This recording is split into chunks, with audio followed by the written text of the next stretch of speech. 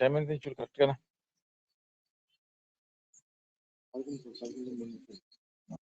Madam secondary కొంచెం ఒకసారి.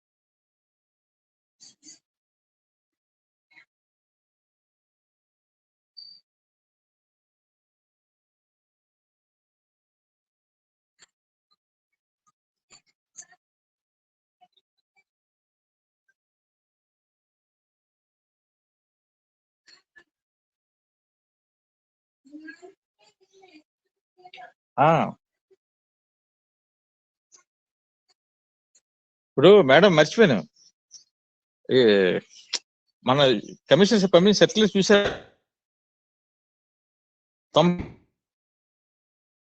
Attendance పంపి లెక్చరర్ కి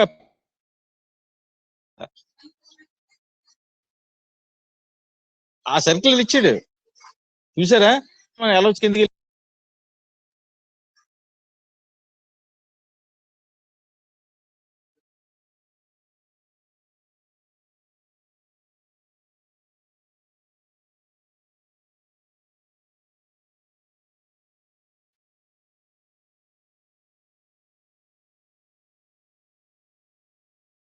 మేస్త్రి అక్కడ లా బుక్ ఉంటుంది ఇచ్చా టేబుల్ మీద. అస్సలు వరస్ట్ అన్న ఒకే ఒక వర్డ్ చెప్పాను అది మేస్త్రికి ఉంటది కదా. మాస్టర్ అటెండెన్స్ 90% లేకపోతే 90 కాదు, ఆ లెక్చరర్ కి ఆ ప్రిన్సిపల్ కి పనిష్మెంట్. దాన్ని బట్టి మీరు చూసుకోండి, మనం వెయిట్ చేయలేం మరి. అంటే ఇప్పటి నుంచి ఇప్పుడు ఆల్రెడీ రెగ్యులర్ ఉన్న వాళ్ళు ఇంకా రెగ్యులర్ కంటిన్యూషన్ ఉంటే 90 వస్తుంది. ఇప్పుడు మేలో అసలు బిల్కుల్ 0 అనుకోండి, వాళ్ళు కష్టమైపోతారు. మన ఇచ్చిన కమిషన్ సర్క్యులర్ చూడలేదు మీరు సరిగ్గా? ఒకసారి చూడండి, ఒకసారి అందరూ చదివి వినిపిద్దాం మరొకసారి. ఓకే, ఎవడో యాడ్ అవ్వలేదు ఇక్కడ.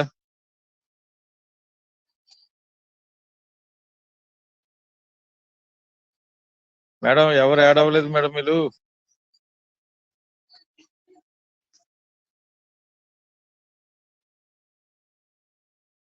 హాల్ టికెట్లు ఇష్యూ చేయకూడదు మాస్టర్ ఆ సమయంలో. ఇట్నే చెక్ చేసి ప్రతి ఒక్కరు కూడా మన రిజిస్టర్ మెయింటైన్ చేసుకోవాలి, అటెండెన్స్ రిజిస్టర్.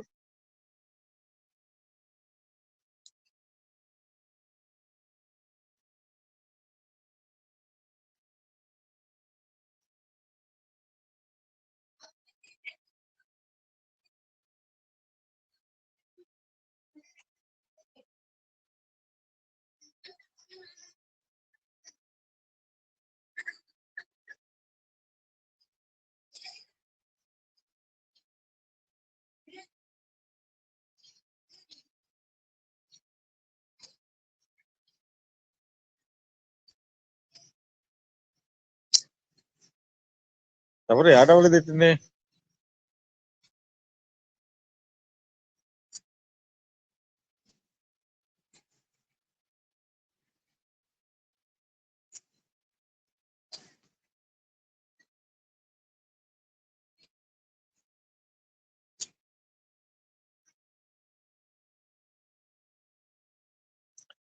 మనం ఒకసారి కూర్చొని వస్తుంది ఆ ప్రొసీడింగ్ చదువుదాం మాస్టర్.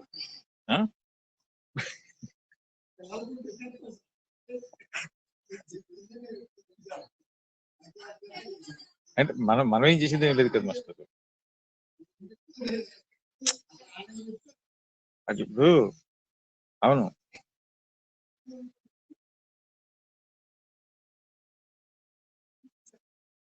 అంతే. ఎవడో చేరలేదు ఏంటండి?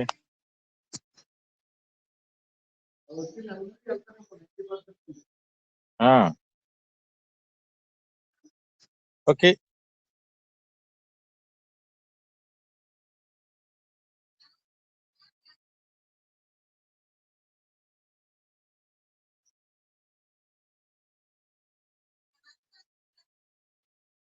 ఓకే. స్వీకృతి అనే పదాన్ని నిర్వచించి సక్రమైన స్వీకృతి యొక్క ఆవశ్యకాలను వివరించండి. స్వీకృతి అనే పదాన్ని నిర్వచించి సక్రమైనటువంటి స్వీకృతి ఆవశ్యకాలను వివరించండి. ఒక్కొక్కటి చూద్దాం. ప్రతిపాదన ఎవరిని ఉద్దేశించి చేయడం జరిగిందో అలాంటి వ్యక్తి ఆ ప్రతిపాదనకు సమ్మతిస్తే ఆ ప్రతిపాదనను అతడు స్వీకృతి చేసిన వాడని నిర్వచించబడినది. ఏం చెప్తున్నాం ఇప్పుడు? స్వీకృతి యొక్క ముఖ్య ఆవశ్యకాలు ఏంటి? స్వీకృతికి ఉండవలసినటువంటి ముఖ్య ఆవశ్యకాలు.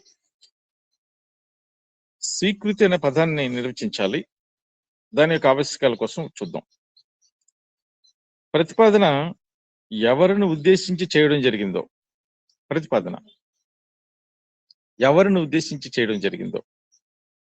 అలాంటి వ్యక్తి ఆ ప్రతిపాదనకు సమ్మతిస్తే ఆ ప్రతిపాదనకు అతడు స్వీకృతి చేసినాడని నిర్వచించబడింది. స్వీకృతి అంటే ప్రతిపాదన ఎవరిని ఉద్దేశించి చేయబడిందో అలాంటి వ్యక్తి ఆ ప్రతిపాదనకు సమ్మతిస్తే ఆ సమ్మతించడం వల్ల ఆ ప్రతిపాదనను అతడు స్వీకృతి తెలిపినాడని చెప్పబడింది. ఒక ప్రతిపాదన స్వీకృతి పొందితే అది ప్రామిస్ లేదా వాగ్దానం అవుతుందని చెప్పవచ్చు. ప్రతిపాదన ప్రామిస్ లేదా వాగ్దానం అవుతుందని చెప్పవచ్చు స్వీకృతి పొందితే. అయితే ఈ ప్రతిపాదన స్వీకృతుల మధ్య సంబంధం మందుగుండు వెలిగించిన అగ్గిపుల్లతో పోల్చవచ్చు. ప్రతిపాదన స్వీకృతి మధ్య సంబంధం మందుగుండు వెలిగించిన అగ్గిపుల్లతో పోల్చవచ్చట. ఏంటట? మందుగుండుకి అగ్నిజ్వాల తగలగానే పేలుడు ఎట్టు సంభవిస్తుందో అట్లాగే ప్రతిపాదనకు స్వీకృతి రాగానే వెంటనే వారి మధ్య వాగ్దానం ఏర్పడుతుంది. ప్రతిపాదనకు స్వీకృతి రాగానే వెంటనే వాగ్దానం ఏర్పడుతుంది అంటున్నాడు. సో ప్రతిపాదన ఎవరికైతే జరిగిందో ఆ వ్యక్తి స్వీకృతి తెలపగానే అతడు స్వీకర్త అవుతాడు. సో ప్రతిపాదన ఎవరికైతే జరిగిందో ఆ వ్యక్తి స్వీకృతి తెలపగానే అతడు స్వీకర్త అవుతాడు. సో అందువలన సరైన స్వీకృతికి ఉండవలసినటువంటి ఆవశ్యకాలు ఏంటో ఇప్పుడు ఒకటి చూద్దాం. ఒక్కొక్కటి చూద్దాం. మొదటిది క్రమబద్ధమైన స్వీకృతికి ఉండవలసినటువంటి ఆవశ్యకాలలో స్వీకృతి అనేది ఎవరికైతే ప్రతిపాదన చేస్తారో వారే తెలియజేయవలసి ఉంటుంది. స్వీకృతి అనేది ఎవరికైతే ప్రతిపాదన చేస్తారో అతనే స్వీకృతి తెలియపరచవలసి ఉంటుంది. ప్రతిపాదనకర్త అనుమతి లేనిదే మరో వ్యక్తి స్వీకృతి తెలపడానికి వీలు లేదు. అది ఎవరికైతే ప్రతిపాదన చేయబడిందో ఆ వ్యక్తి మాత్రమే స్వీకృతి తెలపాలి. ప్రతిపాదన చేయని వ్యక్తి స్వీకృతి తెలిపితే అది స్వీకృతి కాదు, సరైన స్వీకృతి కాదు. సో స్వీకృతికి ఉండవలసిన ఆవశ్యకత ఏంటి? ఎవరైతే స్వీకృతి తెలిపారో అతనికే ప్రతిపాదన చేసి ఉండాలి. ఉదాహరణకి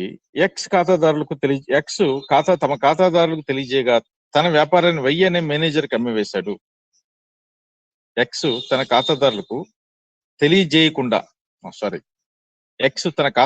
తెలియజేయకుండా తన వ్యాపారాన్ని వై అనే మేనేజర్కి అమ్మివేశాడు. తో ఖాతాలు గల సి అనే ఖాతాదారు వస్తువులు సప్లై కోసం ఎక్స్ పేరు మీద ఒక ఆర్డర్ పంపించాడు. ఆ ఆర్డర్ వై తీసుకుని అమలు జరిపాడు. సివైకి ప్రతిపాదన ఏమీ చేయలేదు కాబట్టి సివైల మధ్య కాంట్రాక్ట్ ఏమీ లేదని న్యాయస్థానం నిర్ణయించింది.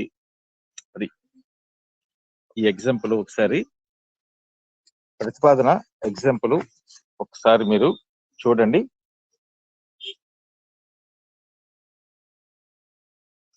ప్రతిపాదన ఎగ్జాంపుల్ మీరు చూసినట్లయితే మీకు ఒక విషయం కనిపిస్తుంది. అదేంటంటే స్వీకృతి అంటే ఏం చెప్తున్నా? ఫస్ట్ స్వీకృతి అంటే ఏం చెప్పుకున్నాం? ఎవరికైతే ప్రతిపాదన స్వీకృతి ఆవశ్యకాల్లో మొదటి ఆవశ్యకం ఏంటంటే, ఎవరికైతే ప్రతిపాదన చేయబడిందో ఆ వ్యక్తి మాత్రమే స్వీకృతి తెలపాలి. ప్రతిపాదన చేయబడిన వ్యక్తి స్వీకృతి తెలిపితే ఆ స్వీకృతి చల్లదు. అందుకే ఇక్కడ చెప్తున్నాడు, ఏమంటాడు? ఎక్స్ ఒక ఎగ్జాంపుల్ అన్నమాట. రామారావు అనే వ్యక్తి తన ఖాతాదారులకు తెలియకుండా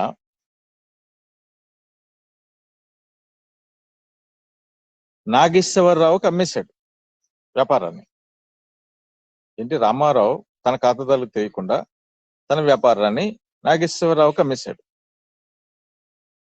రామారావు ఖాతాదారుడైనటువంటి ఎక్స్ అనేవాడు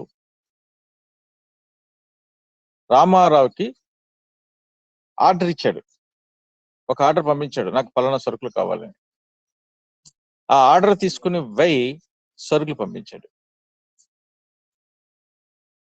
సో రామారావు ఖాతాదారుడైనటువంటి ఎక్స్ ఎవరికి ఆర్డర్ ఇచ్చాడు? ప్రతిపాదన ఎవరికి ఇచ్చాడు? రామారావుకి ఇచ్చాడు. కానీ స్వీకృతి ఎవరు తెలిపారు? నాగేశ్వరరావు తెలిపాడు. కాబట్టి ఇది ఒప్పందం కాలేదు అని కోర్టు కేసు కొట్టేసింది. ఎవరి కేసులోను? బౌల్టన్ వర్సెస్ జోన్స్ కేసులో కోర్టు కొట్టేసింది. నెక్స్ట్ రెండోది చూద్దాం. రెండవది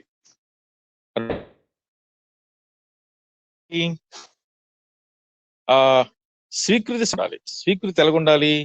బేషరతుగా ఉండాలి. ఏమయ్యా పెద్ద మనుషులు, స్వీకృతి ఎలా ఉండాలి?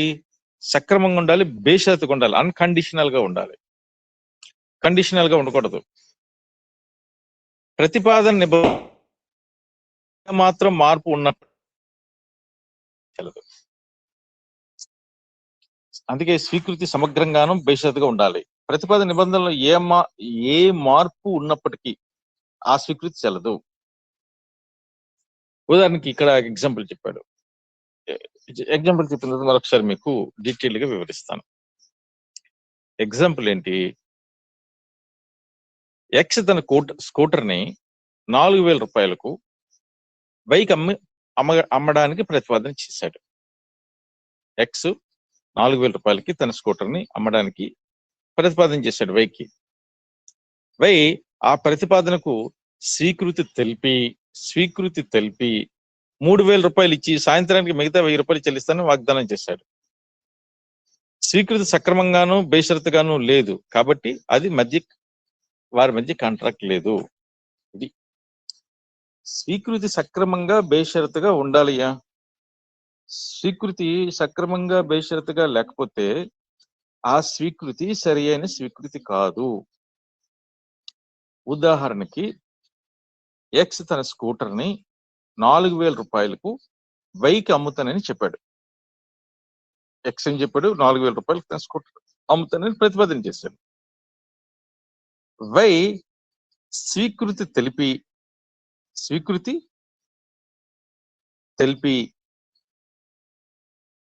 3,000 రూపాయలు సక్రమంగాను బేషరతుగాను 3,000 రూపాయలు ఇచ్చి 4,000 రూపాయలు కదా వీడు అమ్మకానికి పెట్టాడు. వై 3,000 రూపాయలు ఇచ్చి సాయంత్రానికి 1,000 రూపాయలు ఇస్తానని వాగ్దానం చేశాడు. సో ఇది సరైన స్వీకృతి కాదు, స్పష్టమైన స్వీకృతి కాదు. అందువల్ల వీరి మధ్య కాంట్రాక్ట్ కుదరలేదని కోర్టు తీర్పు చెప్పింది. అది 4,000 రూపాయలు అంటే 4,000 రూపాయలకి స్వీకృతి అతను ఇచ్చాడు కదా, స్వీకృతి చెల్లిపోయింది. కానీ అతను ఏమన్నాడు? స్వీకృతి తెలుపుతూ నేను 4,000కి తీసుకుంటాను కానీ 3,000 రూపాయలు నగదు చెల్లిస్తాను, 1,000 రూపాయలు తర్వాత చెల్లిస్తాను అని వాగ్దానం చేశాడు. So that acceptance is not correct. It does not clear. స్వీకృతి సక్రమంగా లేదు కాబట్టి అది బేషరతుతో కూడినటువంటి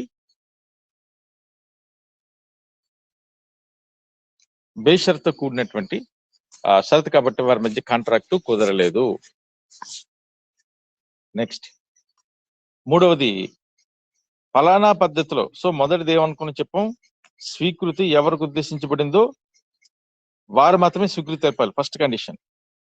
ఆవశ్యకాల్లో ఎవరికైతే ప్రతిపాదన చేస్తారో ఆ వ్యక్తి మాత్రమే స్వీకృతి తెలపాలి. రెండోది, ఇచ్చే స్వీకృతి స్పష్టంగా ఉండాలి, సక్రమంగా ఉండాలి. 3, ఫలానా పద్ధతిలో స్వీకృతిని తెలియచేయాలని ప్రతిపాదన సూచించకపోతే స్వీకృతి సాధారణమైన సముచితమైన పద్ధతిలో తెలియజేయాలి. ఫలానా పద్ధతిలో స్వీకృతి చేయాలని ప్రతిపాదన సూచించకపోతే ఫలానా పద్ధతిలో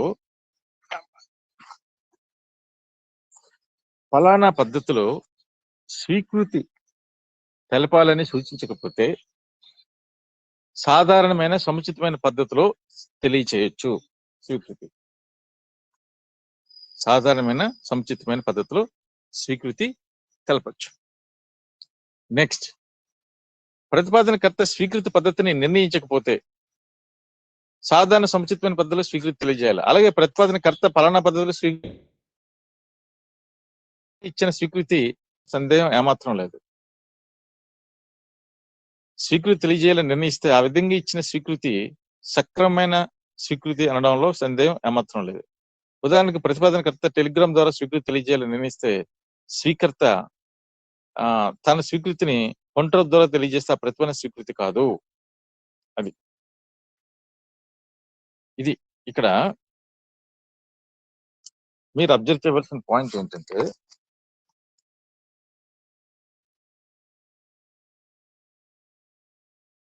ఇక్కడ మీరు ఏంటంటే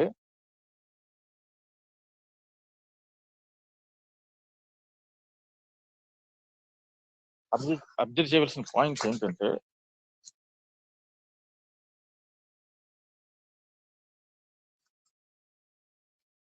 అబ్జర్వ్ చేయవలసిన పాయింట్, స్వీకృతి ఏ విధంగా ప్రతిపాదన చేసినప్పుడు ఆ విధంగానే స్వీకృతి తెలపాలి. ఒకవేళ ఏ పద్ధతిలో స్వీకృతి తెలపాలో తెలియచేయకపోతే అప్పుడు మీరు స్వీకృతిని సాధారణమైన సముచితమైన పద్ధతిలో స్వీకృతి తెలపచ్చు.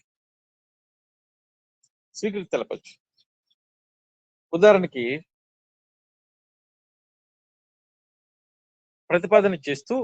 మీకు ప్రతిపాదన చేస్తూ అయ్యా మీ స్వీకృతిని టెలిగ్రామ్ ద్వారా తెలియపరచండి అన్నాను.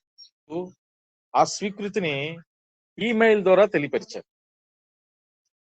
సో ఇక్కడ కండిషన్ ఉంది కాబట్టి స్వీకృతి తెలియపరిచే విధానాన్ని ప్రతిపాదన ఆఫర్ చూపించాడు కాబట్టి అదే పని. కానీ మీరు టెలిగ్రామ్ ద్వారా కాకుండా ఈమెయిల్ ద్వారా మీరు ప్రతిపాదన చేశారు కాబట్టి, స్వీకృతి తెలియపరిచారు కాబట్టి అది సరి అయిన స్వీకృతి కాదు. అది ఇక్కడ 3 పాయింట్ ఏంటి, స్వీకృతి అనేది తప్పనిసరిగా ఎలా తెలియపరచమని ప్రతిపాదనకర్త అడిగితే అలాగే తెలియపరచాలి. లేదా సాధారణ పద్ధతి లేదా ఏం పద్ధతి, రెండోది సముచితమైన పద్ధతిలో తెలియపరచాలి. పోతే 4వ పాయింట్, స్వీకృతిని స్వీకృతికర్త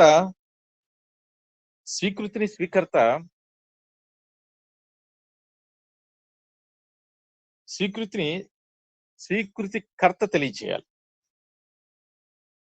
స్వీకృతిని ఎవరు తెలియచేయాలి? స్వీకృతికర్త తెలియచేయాలి. అంటే ఉదాహరణకి నీకు ఉదాహరణ చెప్పిన తర్వాత విషయం బాగా అర్థమవుతుంది. ఒక కేసులో ఏమైందంటే, పి అనే వ్యక్తి ఒక స్కూల్ హెడ్ మాస్టర్ గా ఉద్యోగానికి అభ్యర్థి. ఆ పదవికి అతన్ని ఎంపిక చేసి స్కూల్ మేనేజ్మెంట్ వారు ఒక తీర్మానం చేశారు. ఆ మేనేజ్మెంట్ కమిటీలో ఒక సభ్యుడు పి ఎంపికైనట్లు పికి సొంతంగా తెలియజేశాడు. అయితే పికి అధికారికంగా సమాచారం ఏమీ లేదు. ఆ తర్వాత ఆ తీర్మానం రద్దయింది. ఆ పదవిలో పి నియమించబడలేదు. కాంట్రాక్ట్ భంగానికి మేనేజ్మెంట్ కమిటీ మీద పి దావా వేశాడు. కమిటీ వారి నుంచి అధికారిక సమాచారం ఏమీ లేదు కాబట్టి, బాధ్యతమైన కాంట్రాక్ట్ ఏర్పడలేదని కోర్టు తీర్పు చెప్పింది. ఇక్కడ విషయాన్ని మీరు గుర్తించుకోవాలి తప్పనిసరిగా. ఏమిటి ఆ విషయం అంటే, స్వీకృతికర్త చేయాలి. అంటే నేను ప్రతిపాదన మీకు చేస్తే మీరు మాత్రమే స్వీకృతిని తెలియచేయాలి. యు ఆర్ యాక్సెప్టర్, స్వీకృతికర్త. కాబట్టి మీరు మాత్రమే స్వీకృతి తెలియచేయాలి. మీరు కాకుండా మరో వ్యక్తి వచ్చి స్వీకృతి తెలియపరిస్తే అది స్వీకృతి తెలియపరిచినట్టు కాదు. కాబట్టి వారి మధ్య ఒప్పందం ఏర్పడలేదు. ఒప్పందం ఏర్పడలేదు కాబట్టి ఆ ప్రతిపాదనని అమలు చేయవలసిన అవసరం లేదు. ఉదాహరణకి అదే ఇక్కడ ఎగ్జాంపుల్ చెప్పాడు. ఒక స్కూల్ కి హెడ్ మాస్టర్ ని అపాయింట్ చేయడానికి ఒక అభ్యర్థి పి అనే వ్యక్తి అప్లికేషన్ పెట్టాడు. బోర్డు మీటింగ్ కమిటీ మీటింగ్ జరిగింది. కమిటీ మీటింగ్ లో పికి హెడ్ మాస్టర్ పోస్ట్ ఇద్దామని తీర్మానించారు. కానీ ఆ విషయాన్ని కమిటీ పికి తెలియపరచలేదు. పికి ఎవరు తెలియపరచాలి? కమిటీ తెలియపరచాలి. ఎవరైతే అతనికి ప్రతిపాదన చేశారో వాళ్ళు తెలియపరచాలి. ఎవరు ప్రతిపాదన చేశారు? కమిటీ చేసింది కాబట్టి కమిటీ తెలియపరచాలి. కానీ కమిటీలో ఒక సభ్యుడు పికి దారిలో కనిపించి, హలో పి, మీకు హెడ్ మాస్టర్ గా కమిటీ పోస్ట్ ఇవ్వడానికి నిర్ణయించింది అనేసి తెలియపరిచారు. పి హ్యాపీ అయిపోయాడు. కానీ యాక్చువల్ గా పికి ఆ విషయం ఎవరి నుంచి తెలియాలి? కమిటీ నుంచి తెలియాలి.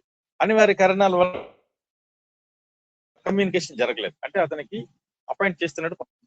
అతను కోర్టుకు వెళ్ళాడు. కోర్టుకు వెళ్తే నీకు కమిటీలో సభ్యుడు చెప్పొచ్చు కానీ కాబట్టి కమిటీ స్వీకృతి ఇవ్వలేదు కాబట్టి మీ మధ్య ఒప్పందం ఏర్పడలేదని దాన్ని కొట్టివేసింది కోర్టు. అలాగే మరొక పాయింట్ చూద్దాం. ఏంటి మరొక పాయింట్ ఏంటంటే, స్వీకృతి సముచిత కాలంలో ప్రతిపాదన కాలాతీతం కాకముందు, ఉపసంహరించుకోక ముందు ఇవ్వాలి. స్వీకృతి ఎప్పుడు ఇవ్వాలి? ప్రతిపాదన చేసిన వ్యక్తి ఎవరికైతే ప్రతిపాదన చేశాడో వాడికి చెప్తాడు, అయ్యా మీరు మీకు ఇష్టమైతే వెంటనే స్వీకృతి తెలియపరచండి, స్వీకృతి వారం రోజుల్లో తెలియపరచండి అన్నాడు. సో వారం రోజుల్లో తెలియపరిస్తేనే ఆ స్వీకృతి యాక్సెప్టబుల్. ఆ స్వీకృతి యాక్సెప్టబుల్.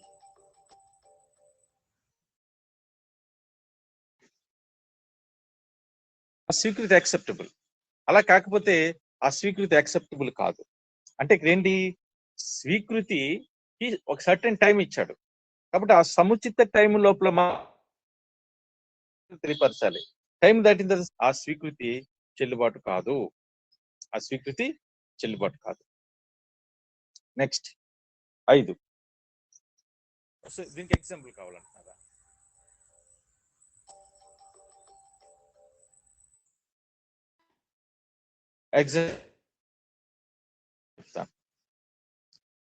అదే ఇప్పుడు చెప్పాను కదా.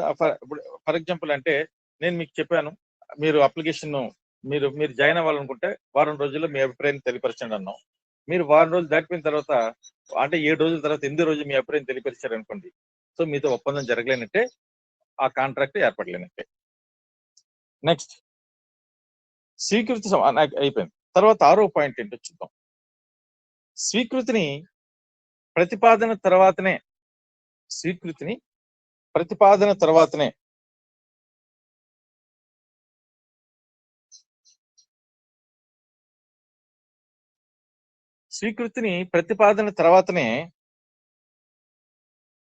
తెలియచేయాలి.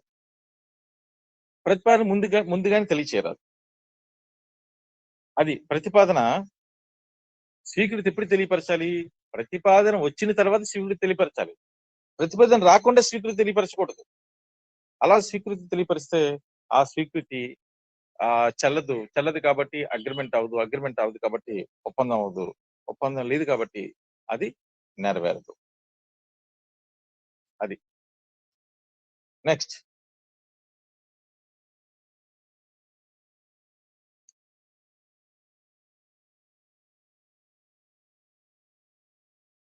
తర్వాత నవీకరణ అయితేనే తిరస్కరించబడిన ప్రతిపాదనకు స్వీకృతి తెలియచేయవచ్చు. నవీకరణ అయిన తర్వాత మాత్రమే ప్రతిపాదించిన ప్రతిపాదనకు స్వీకృతి తెలియవచ్చు. అంటే నవీకరణ ఏంటి?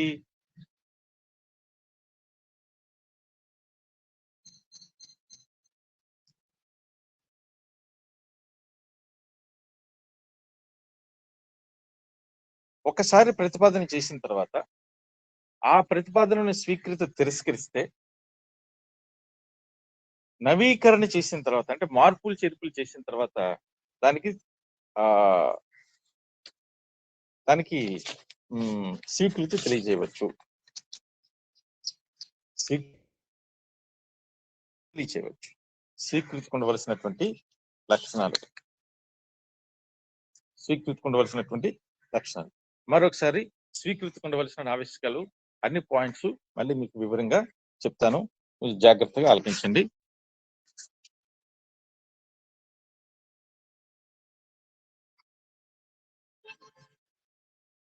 జాగ్రత్తగా ఆలకించండి.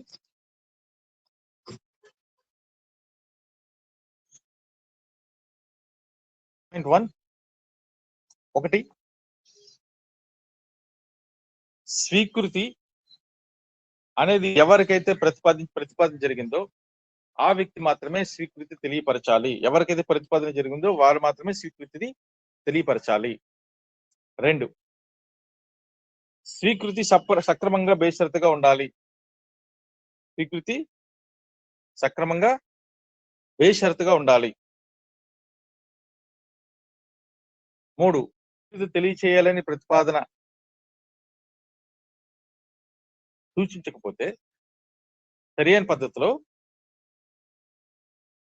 స్వీకృతి తెలపాలని ప్రతిపాదన సూచించకపోతే స్వీకృతి సాధారణ పద్ధతిలో గాని సరైన పద్ధతిలో గాని తెలియపరచవచ్చు.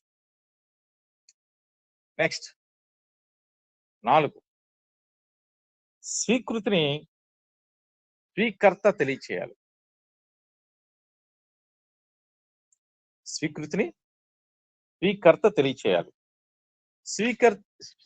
స్వీకృతిని స్వీకర్త ఎలా తెలియచేయాలని అంటే స్వీకర్తే నేరుగా తెలియచేయవలసి ఉంటుంది. అతని బదులు ఎవరో తెలియచేయకూడదు.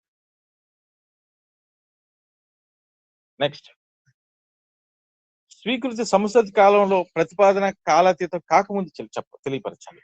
స్వీకృతి సముచిత కాలంలో ప్రతిపాదన కాలాతీతం కాకముందు తెలియపరచాలి. అలా తెలియపరచే ఆ స్వీకృతి చెల్లదు.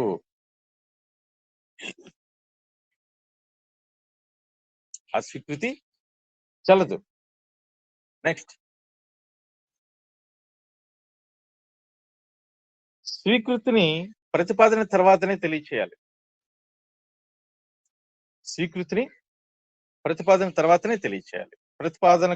ప్రతిపాదన చేయకుండా ముందే స్వీకృతి అనేది తెలియపరచకూడదు. తర్వాత, స్వీకృతిని తిరస్కరించబడిన ప్రతిపాదనకు తెలపకూడదు. నవీకరణ జరిగిన తర్వాత ప్రతిపాదనకి స్వీకృతి తెలియపరచవచ్చు. ఓకే, ఇది స్వీకృతికి ఉండవలసినటువంటి ముఖ్యమైనటువంటి అంశాలు. వీటిని మీరు చాలా జాగ్రత్తగా స్టడీ చేయండి. Very important question. ఇందులోనే ప్రతిపాదన స్వీకృతుల సందేశానికి సంబంధించిన న్యాయ సూత్రాలను సంక్షిప్తంగా వివరించమంటున్నాడు. ఒకసారి ఆ న్యాయ సూత్రాలు ఏంటో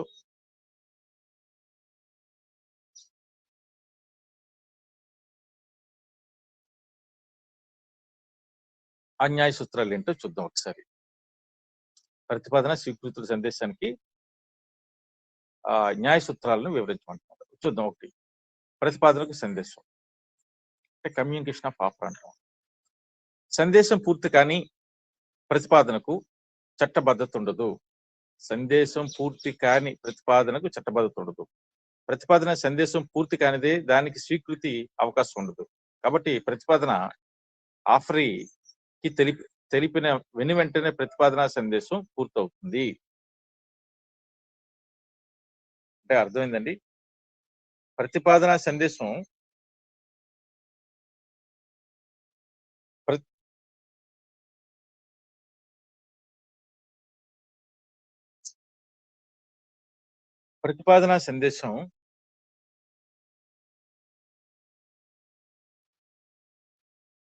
పూర్తి కాకుండా అది ప్రతిపాదన కాదు. కాబట్టి ఆఫరీ యొక్క స్మృతికి సారీ, అదేంటి, ఆ, ప్రతిపాదన సందేశం పూర్తి కానిదే దానికి స్వీకృతి తెలియపరచడం అనేది సాధ్యం కాదు. ఉదాహరణకి ఏ తన ఇంటిని ఒకానొక ధరకు ఉత్తరం ద్వారా బికి అమ్ముటకు ప్రతిపాదించాడు. ఈ ప్రతిపాదన సందేశం బి ఉత్తరాన్ని స్వీకరించడంతో పూర్తవుతుంది. సో ఏ బికి ఉత్తరం రాశాడు, అయ్యా మా ఇల్లుని పలానా ధరకు అమ్ముతానని. ఆ ఉత్తరం అతనికి చేరిన తర్వాత మాత్రమే ప్రతిపాదన పూర్తవుతుంది. అలా కాకుండా ఆ ప్రతిపాదనకి స్వీకృతి తెలపకూడదు. నెక్స్ట్ ఇంకో సెక్షన్ ఏం చెప్తుందనంటే, ప్రతిపాదన సందేశం నిజంగా అవసరం లేదని చెప్తుంది. ప్రతిపాదన సందేశం నిజంగా అవసరం లేదని చెప్తుంది. ప్రతిపాదన ఆఫర్ యొక్క స్మృతికి వస్తే చాలు, అతడు ఆఫర్ తన ఇష్టానుసారంగా స్వీకృతి తెలియవచ్చు లేదా తిరస్కరించవచ్చు. ఎవరిని ఉద్దేశించి అయితే ప్రతిపాదన చేయబడుతుందో అతనికి స్మృతికి ప్రతిపాదన చేరకపోవటం అనేది పూర్తిగా ఒక వాస్తవపు అంశం. ప్రతిపాదన పోస్ట్ ద్వారా పంపినప్పుడు ప్రతిపాదన లేక ఆఫరీకి చేరిన వెంటనే అది పూర్తవుతుంది. ప్రతిపాదన ఎక్కడి నుండి పూర్తవుతుంది, ఎక్కడి నుండి పంపబడుతుందో అక్కడ కాక ప్రతిపాదన ఎక్కడ స్వీకరించబడుతుందో అక్కడ పూర్తవుతుంది. అది ప్రతిపాదన స్మృతికి, అంటే అతను నాలెడ్జ్కి చేరితే అతని యాక్సెప్టెన్స్ చేయొచ్చు. అది ప్రతిపాదనకి ఇది. అలాగే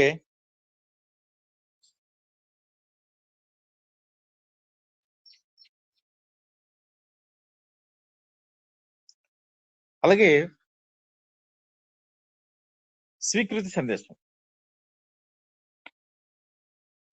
స్వీకృతి సందేశం ప్రతిపాదనకర్త దృష్ట్యా అతని స్వీకృతిని చేర్చుటకు అనుసరించే ప్రక్రియలో స్వీకృతిని ప్రవేశపెట్టడంతోనే స్వీకృతి సందేశం పూర్తవుతుంది. దీనికి కారణం స్వీకృతి తెలిపే వ్యక్తి తన స్వీకృతిని ఉపసంహరించుకునే అవకాశం లేకపోవటే. ఇది స్వీకృతి సందేశం ప్రతిపాదనకర్త దృష్ట్యా అతని స్వీకృతిని చేర్చుటకు అనుసరించే ప్రక్రియలో స్వీకృతిని ప్రవేశపెట్టడంతోనే స్వీకృతి సందేశం పూర్తవుతుంది. దీనికి కారణం స్వీకృతి తెలిపే వ్యక్తి తన స్వీకృతిని ఉపసంహరించుకునే అవకాశం లేకపోవట. సో ఒకసారి స్వీకృతి తెలియపరిచిన తర్వాత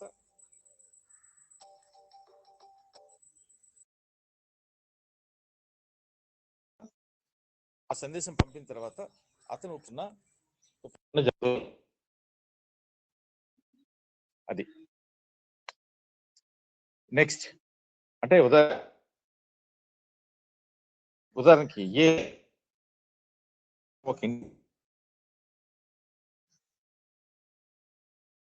బికి అమ్మడానికి ఏ సందేశం పూర్తవు అయితే బి దృష్ట్యా ఏకి ఆ ఉత్తరం చేరిన వెంటనే పూర్తవుతుంది. అది. నెక్స్ట్ సో ఇవి ఇలా చూసుకోండి.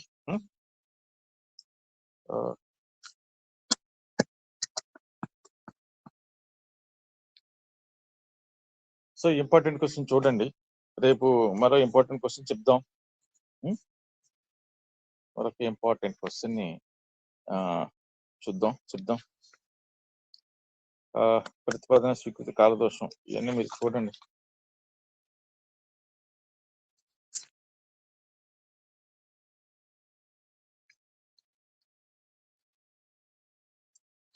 సో రేపు క్లాస్ లో ప్రతిఫలం అనగానే దాన్ని యొక్క ముఖ్య లక్షణాలు ఏంటో చూద్దాం రేపు క్లాస్ లో.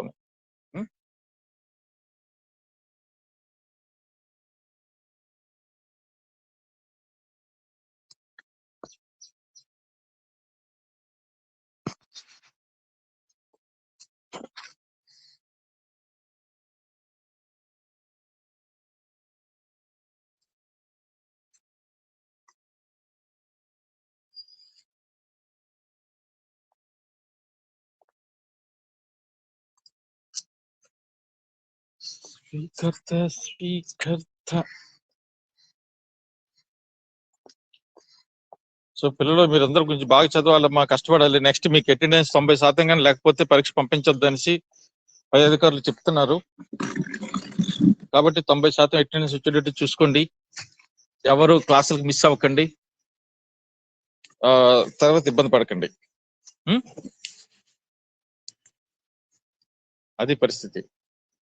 సో కాబట్టి ఆ విషయాన్ని దృష్టిలో ఉంచుకొని మీ వ్యవహారం కొనసాగించండి.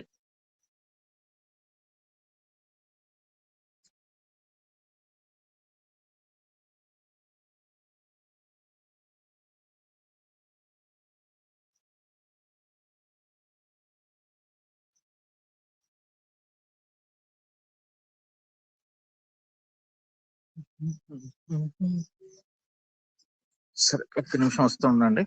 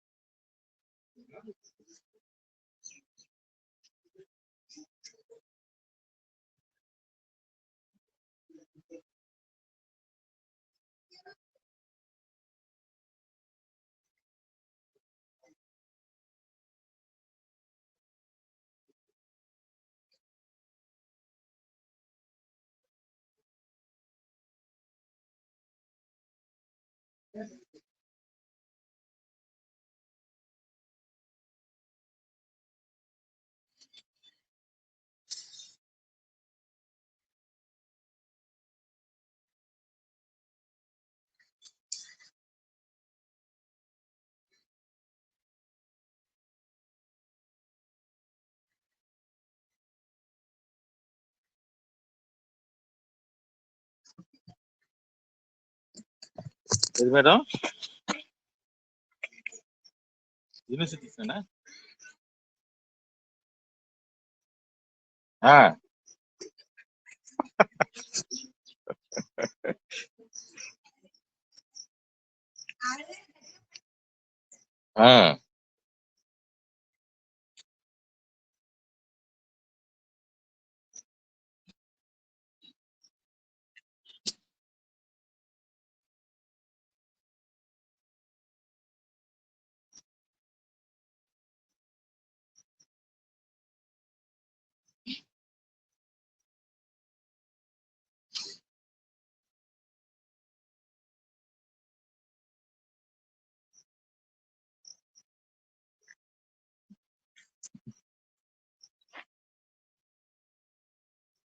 ఓకే రా, రేపు క్లాస్ లో కలుద్దాం.